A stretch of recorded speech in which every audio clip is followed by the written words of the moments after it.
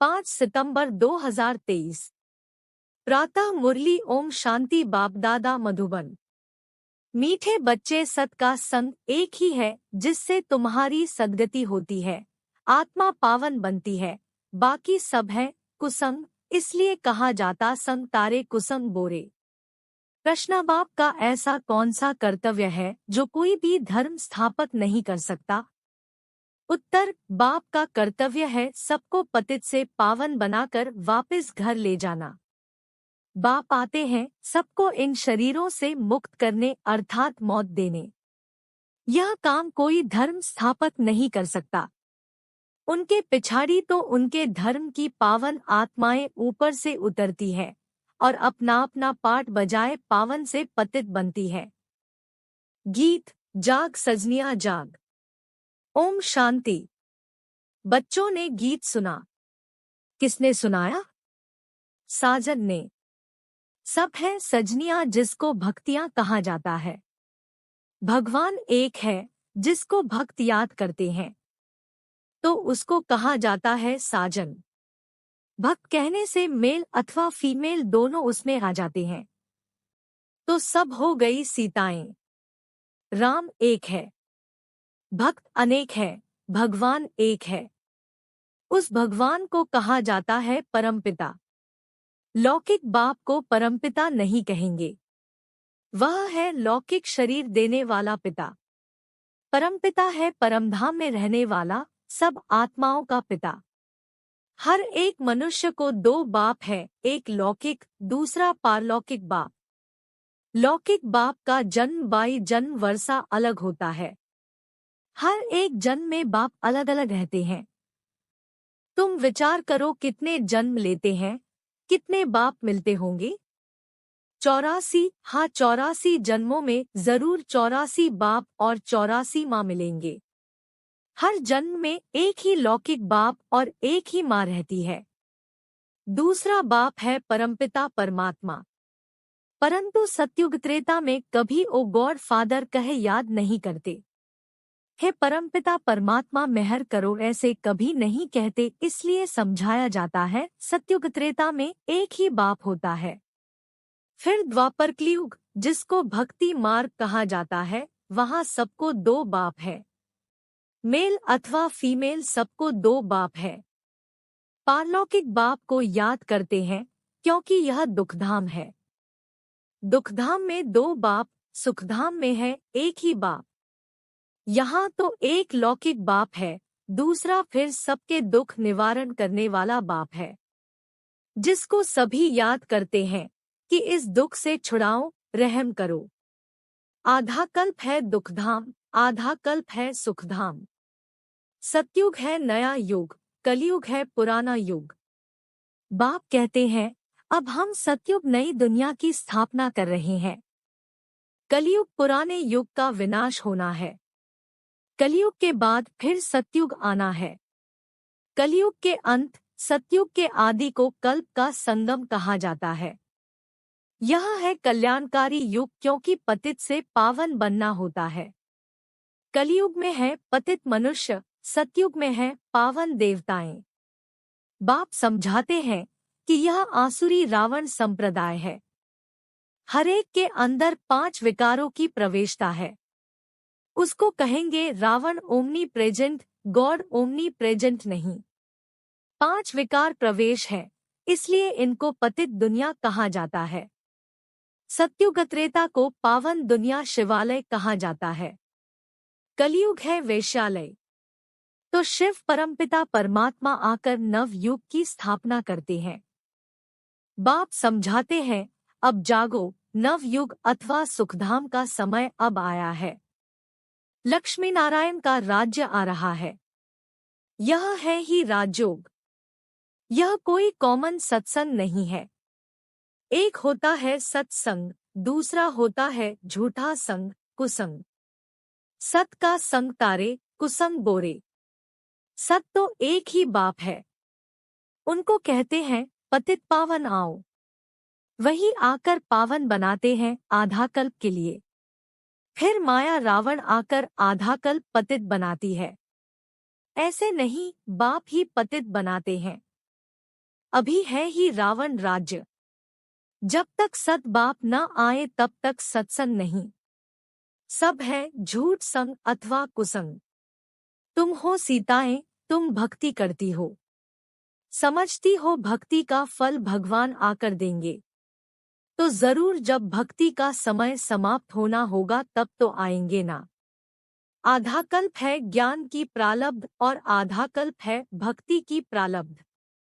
अभी तुम पुरुषार्थ कर रहे हो भगवान की श्रीमत पर। भगवान एक होता है, वह है निराकार परमपिता परमात्मा, आत्माओं का बाप। वह आते ही है संगम पर। द्वापर कलयुग को भक्ति कांड कहा जाता है, सत्युग त्रेता को ज्ञान कांड कहा जाता है। ज्ञान है ही ज्ञान सागर परमपिता परमात्मा के पास। शास्त्रों का ज्ञान कोई ज्ञान नहीं। अगर उनमें ज्ञान होता तो सद्गति होती। भारत जो हीरे जैसा था अब है नहीं। फिर बाप बनाते हैं। तुम अब हीरे जैसा बन रहे हो। तुम्हारा जीवन पलट रहा है। आत्मा दैवी गुण धारण कर रही है। यूं तो मनुष्य बैरिस्टर, इंजीनियर, सर्जन आदि बनते हैं। बाकी मनुष्य को देवता बनाना यह परमपिता परमात्मा ज्ञान सागर का कर्तव्य है। उनको ही ट्रूथ कहा जाता है। वही सच बतलाते हैं, अर्थात सचखंड की स्थापना करते हैं। बाकी सब हैं झूठ बोलने वाले, झूठ खंड की स्थापना करते हैं। रावण की मत पर चलते हैं। तुम श्रीमत से श्रेष्ठ बनते हो। नए युग में भारत नया था। वर्ल्ड ऑलमाइटी अथॉरिटी कहा जाता था। लक्ष्मी नारायण का राज्य था। उन्हों को किसने यह राज्य भाग्य दिया? जरूर जो स्वर्ग की स्थापना करने वाला होगा।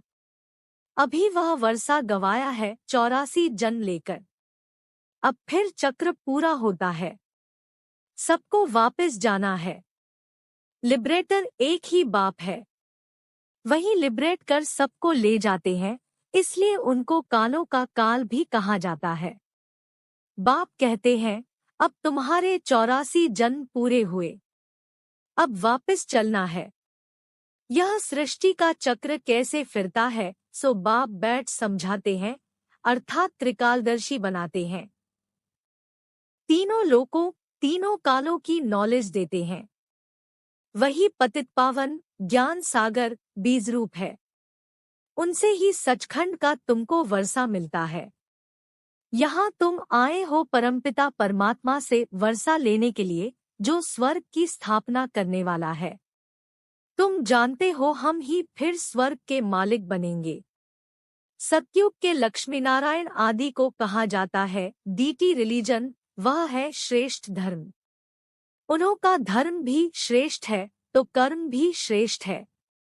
वहाँ भ्रष्टाचारी कोई नहीं रहते। द्वापर कलयुग में फिर एक भी श्रेष्ठाचारी नहीं रहते। बाप को भूलने के कारण ही बुरी गति होती है। फिर बाप आकर पतित से पावन बनाते हैं। धर्म स्थापक कोई पतित से पावन बनाने नहीं आते। पतित पावन तो एक ही बाप है। वही सच्चा गुरु है। बाकी वह तो आकर अपना धर्म स्थापन करते हैं। ऊपर से पावन आत्माएं आती हैं, फिर पतित बनती हैं। इस समय सब पतित हैं। सबको पावन बनाना बाप का ही काम है। वही पतित पावन है। गुरु नानक ने भी उस सद्गुरु की महिमा की है। इस पुरानी दुनिया के विनाश लिए ही यह महाभारत लड़ाई है। बाकी ऐसे नहीं, तुमको लड़ाई के मैदान में ज्ञान देते हैं। ज्ञान के लिए तो एकांत चाहिए। 7 रोज भट्ठी में रहना पड़े। बाकी तो है भक्ति की सामग्री। भक्तों में भी कोई बड़े तीखे तीखे होते हैं। रुद्र माला भी है तो भक्त माला भी है। वह है भक्तों की माला, यह है ज्ञान माला। ऊपर में शिव, फिर युगल दाना, फिर है उनकी वंशावली जो माला मनुष्य सिमरते हैं। राम राम कहते रहते हैं क्योंकि दुखी हैं। रावण संप्रदाय राम को याद करते हैं कि आकर अपना बनाओ। अभी तुम ईश्वरीय गोद में आए हो। वास्तव में सब आत्माएं परमपिता परमात्मा की संतान है। मनुष्य सृष्टि प्रजापिता ब्रह्मा की संतान है। प्रजापिता ब्रह्मा द्वारा मनुष्य सृष्टि रची है। आत्मा तो अविनाशी है। आत्माओं का अविनाशी बाप है। अभी तुमको दो बाप है, एक विनाशी दूसरा अविनाशी। ब्रह्मा भी शरीर छोड़ देते हैं। शिव बाबा को तो अपना शरीर है नहीं, वह तो जन्म मरण रहित है। जन्म मरण में तुम बच्चे आते हो। तुम आदि सनातन देवी देवताओं के ही 84 जन्म है। हिसाब है ना। गुरु नानक को तो 500 वर्ष हुए, तो इतने में 84 जन्म कैसे लेंगे? बाकी लाखों जन्म की तो बात ही नहीं। बाप समझाते हैं अभी सबके जन्म आकर पूरे हुए हैं। फिर नए सिर खेल सतयुग से शुरू होगा। सतयुग में तो थोड़े चाहिए, बाकी इतने सब कहाँ जाएंगे? उन्हों के लिए ही यह भंभोर को आग लगनी है। इन बॉम्बस नेचुरल कैलेमिटीज आदि से सब खत्म हो जाएंगे। बाकी आत्माएं सब चली जाएंगी मुक्तिधाम। यह कयामत का समय है, सबको वापस जाना है। भारत को अविनाशी खंड कहा जाता है, क्योंकि भारत ही बाप का जन्म स्थान है। शिव बाबा भारत में ही आते हैं। पतित पावन बाप यहाँ जन्म लेते हैं, तो गोया सभी धर्म वालों के लिए भारत बड़ेते बड़ा तीर्थ स्थान है। इतना भारत का महत्व है, परंतु महत्व को उड़ा दिया है। यह भी ड्रामा का खेल है जो बाप ही आकर समझाते हैं। बाप कहते हैं मैं ही ज्ञान का सागर हूँ। लक्ष्मी नारायण को ज्ञान सागर नहीं कहा जाता। उनमें रचिता और रचना के आदिमध्यांत का ज्ञान नहीं है। वह ज्ञान जरूर तुम्हारे में है। तुम ही मनुष्य से देवता बनते हो। तुम यहाँ आते हो पतित से पावन बन पावन दुनिया का मालिक बनने। बाप आत्माओं से बैठ बात करते हैं। निराकार बाप इनके आर्गन्स का लोन लेकर पढ़ाते हैं। तुम्हारी आत्मा भी इन आर्गन से सुनती है। बाबा ने समझाया है आत्मा स्टोर है जो भ्रकुटी के बीच रहती है, और वह बाप है सुप्रीम आत्मा। वह सुप्रीम आकर इनको आप समान सुप्रीम बनाए साथ ले जाते हैं। सब आत्माओं का गाइड है। उनको ही दुख हरता सुख करता कहा जाता है। दुख से तुमको लिबरेट कर ले जाएंगे। सतयुग में दुख होता नहीं। नवयुग की नॉलेज भी नहीं है ना। यह बातें मनुष्यों ने कभी सुनी नहीं है। भले अच्छे और बुरे मनुष्य है, परंतु है सब पतित। तब तो गंगा पर स्नान करने पावन बनने जाते हैं। गंगा का पतित पावनी नाम रख दिया है। वास्तव में पतित पावन तो बाप को ही कहा जाता है। पतित दुनिया के बाद फिर पावन दुनिया की स्थापना होती है। सतयुग को वॉइसलेस वर्ल्ड कहा जाता है, और वह है साइलेंस इनकॉर्पोरियल वर्ल्ड। आत्माएं यहाँ आकर पाठ बजाती है। पाठ है 84 जन्मों का। तुम ऑलराउंड पाठ बजाते हो। यह है बनावनाया ड्रामा। हरेक में अपना अपना पाठ अविनाशी है। वह कभी मिटता नहीं है। तुम 84 जन्म भोगते रहेंगे। चक्र का आदि अंत नहीं है। ड्रामा कब शुरू हुआ यह प्रश्न नहीं उठता। न आदि है न अंत है। सतयुग आदि सत है भी सत, होसी भी सत। इस चक्र को समझने से तुम स्वर्ग के चक्रवर्ती महाराजा महारानी बनते हो। उसको वर्ल्ड आलमाइटी अथॉरिटी राज्य कहा जाता है, जो वर्ल्ड आलमाइटी बाप से मिलता है। तुम बेहद के बाप से 21 पीढ़ी के लिए सदा सुख का वर्षा पाते हो। बाप को कहा जाता है हेवनली गॉड फादर। हेवन का वर्षा देने वाला बाप कहते हैं मैं कल्प के संगमयुग पर आकर स्वर्ग का वर्षा देता हूँ। जो पुरुषार्थ करेंगे वह सूर्यवंशी राजाई में आएंगे। यह कोई कॉमन सत्संग नहीं, यह है गॉडली यूनिवर्सिटी। भगवानुवाच है ना। भगवान पढ़ाकर मनुष्य को देवता बनाते हैं। ऐसा कोई सत्संग नहीं होगा जिसमें कहें कि हम मनुष्य से देवता बनाएंगे। अभी तुम बच्चे नई दुनिया में देवी देवता पद पाने के लिए पुरुषार्थ कर रहे हो। समझाना चाहिए, दो बाप होते हैं, एक बेहद का बाप, एक हद का। हम बेहद के बाप से वर्षा ले रहे हैं। तुमको भी राय देते हैं, वर्षा लो। श्रेष्ठ ते श्रेष्ठ परमपिता परमात्मा की मत पर चलने से तुम स्वर्ग का मालिक बनेंगे। सच्चा है ही एक बाप, वह आकर पढ़ाते हैं। इनके आर्गन्स द्वारा कहते हैं, ब्रह्मा तन से ब्रह्मा मुख वंशावली को वर्षा देता हूँ। ब्रह्मा द्वारा तुमको दादे का वर्षा मिलता है। दादे के वर्षे पर सभी आत्माओं का हक है। लौकिक संबंध में सिर्फ मेल को वर्षा मिलता है। तुम तो आत्माएं हो, सब ब्रदर्स ठहरे। सबको शिवबाबा से वर्षा मिलता है। तुमको दादे से वर्षा मिल रहा है। बाप कहते हैं, हम तुमको मंदिर लायक बनाते हैं। मनुष्यों में देखो क्रोध कितना है, एक दो का विनाश कर देते हैं। यह है वेश्यालय। शिवालय था सो फिर अब बनना है। परमपिता परमात्मा शिव आकर शिवालय बनाते हैं। वेश्यालय से लिबरेट कर फिर गाइड बन सबको वापस शिवालय में ले जाते हैं। सभी अपने पुराने शरीरों से मुक्त हो मेरे साथ चलेंगे।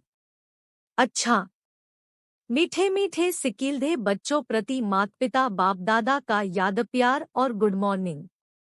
रूहानी बाप की रूहानी बच्चों को नमस्ते। धारणा के लिए मुख्य सार। 1. दैवी गुण धारण कर स्वयं की जीवन को पलटाना है। सचखंड में चलने के लिए सच्चे बाप से सच्चा रहना है। 2. एक सत बाप के संग में रहना है। मनुष्य से देवता बनने की पढ़ाई अच्छी तरह पढ़कर बेहद का वर्षा लेना है। वरदान, हर एक के स्वभाव संस्कार को जान, टकराने के बजाय सेफ रहने वाले मां नॉलेजफुल भाव। कोई भी बात को छोटा या बड़ा करना यह अपनी बुद्धि पर है। जबकि एक दो के स्वभाव संस्कार को जान गए हो तो नॉलेजफुल कभी किसी के स्वभाव संस्कार से टक्कर नहीं खा सकते। जैसे किसको पता है कि यहाँ खड्डा है व पहाड़ है, तो जानने वाला कभी टकराएगा नहीं, किनारा कर लेगा। ऐसे आप भी किनारा करो, अर्थात अपने को सेफ रखो। किसी काम से किनारा नहीं करो, लेकिन अपनी सेफ्टी की शक्ति से दूसरे को भी सेफ करना, यही किनारा करना है। स्लोगन, उड़ती कला का अनुभव करना है तो सदा भाग्य और भाग्य विधाता की स्मृति में रहो। कृपया आज की बोली पर लाइक, कमेंट और चैनल को सब्सक्राइब जरूर करें।